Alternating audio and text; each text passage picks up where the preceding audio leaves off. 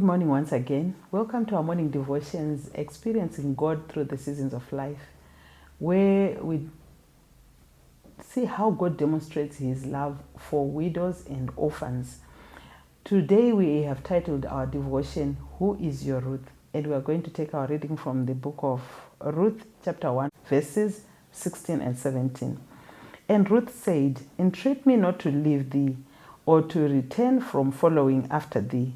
For whither thou goest, I will go, and where thou lodgest, I will lodge. Thy people shall be my people, and thy God my God. Where thou diest, I will die, and there I will be buried.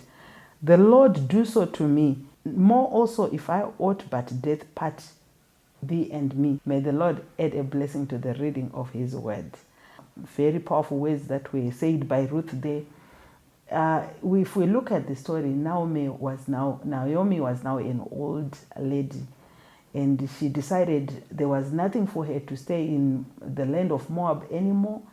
She didn't have a husband, she had no children, she didn't have grandchildren, and when she looked at her daughters-in-law, they were still young enough to get married, but she decides it's better that she goes back to her people. I don't know what you do in your culture when you lose a husband. Do you go back to your people, or do you stay in that in the diaspora? What is it that you do? I think at times, if you lose everyone that you love, it might be wise to go back to your people so that you have companion in your old age. And I think this is the decision that Naomi took. And when she decided to go back to her people, she then bade her daughters-in-law farewell. Well, Orpah kissed her mother-in-law and went back to her people. But Ruth said these beautiful words that we've just read. She says, I will not go. I'm going to go with you. Where you die, I will die. And Ruth told her mother-in-law that she was never going to leave her until death. What a beautiful vow. I always want to think, what type of a widow was Naomi, who had made God look so attractive to this young widow? Ruth still had potential. She could get married and have more children and have children of her own, start a family. She was in her land. But because Naomi had made God look so attractive, she decides to go with Naomi. And when she decided to go with Naomi, we will see as we read the story that Ruth was such a helpful companion throughout Naomi's life. And I think in life, all of us, when we get to this season where we are widowed, we need someone who understands our grief, whom we can speak with the same language, who can be our Naomi, someone who can be there for us. There are old widows amongst us.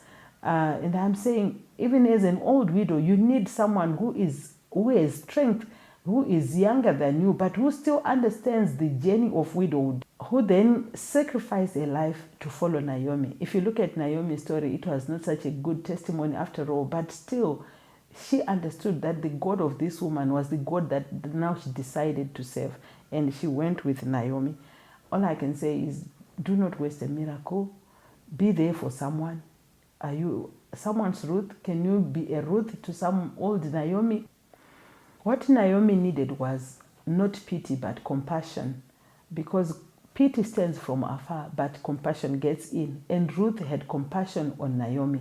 And that's why she went with Naomi even to that far-off foreign country just to be there for her. So all I'm saying is every calamity that comes is an opportunity for you to be there for someone. How are you being there for the Naomis in your life? Are you being a Ruth for that person who needs you? May God help you as you look for that person you can stand by as they are going through their difficult time.